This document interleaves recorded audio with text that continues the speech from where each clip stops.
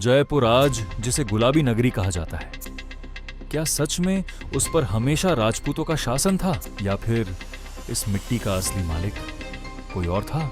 और अगर कोई और था तो उसे सत्ता से हटाया कैसे गया? आज हम खोलेंगे जयपुर आमेर के इतिहास का सबसे बड़ा रहस्य। प्राचीन काल से लेकर 10वीं शताब्दी तक राजस्थान की वह धरती जिसे आज हम जयपुर के नाम से जानते हैं, तब कहलाती थी आमेर। और आमेर मीणाओं का स्वर्णिम साम्राज्य था। यह वह समय था जब प्रजा हंसती खेलती थी, खेतों में चहचहाती आवाजें गूंजती थीं और राज्य था समृद्ध, सुरक्षित और आत्मनिर्भर। मीणा राजा केवल शासक नहीं थे, वे योद्धा थे, हट्टे कट्टे, बलशाली और युद्ध कला में पूर्ण निपुण। इसी शौर्य को दर्शाती है आज भी प्रचलित वह कहावत, 52 कोट 56 दरवाजा, मीणा मर्द नहाड़ा का राजा। इन पंक्तियों में मीणा साम्राज्य की शक्ति और विस्तार का वर्णन मिलता है। मीणा योद्धा आमने सामने की लड़ाई में अद्वितीय माने जाते थे।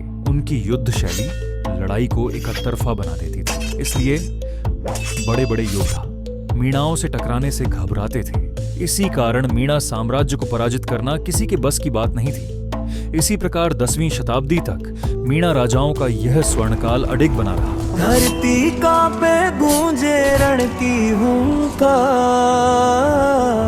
मीणा शेर खड़े सीना ताने हर बार। धरती कांपे गूंजे रण की हुंकार,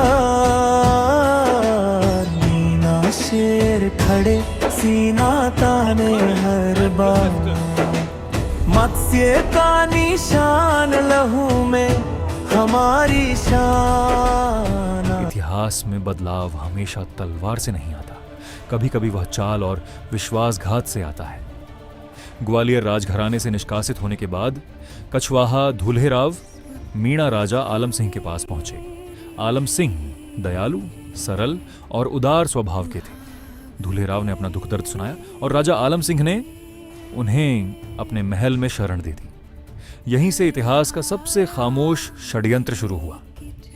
धुल्हेराव ने मीणाओं की युद्ध कला, व्यवस्था और दिनचर्या सब कुछ ध्यान से देखा और फिर उन्होंने समय चुना। मीणा परंपरा में एक पवित्र अनुष्ठान होता था, पितृदर्पण। जिस दिन राजा और सैनिक अपने पूर्वजों को स्मरण करते थे, उस दिन शस्त्र उठाना वर्जित था, युद्ध निषिद्ध था।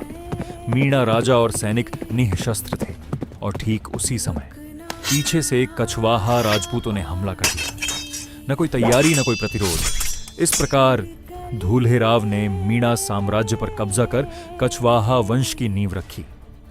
मीणा शासन काल में ही आमेर किले की नींव रखी गई थी।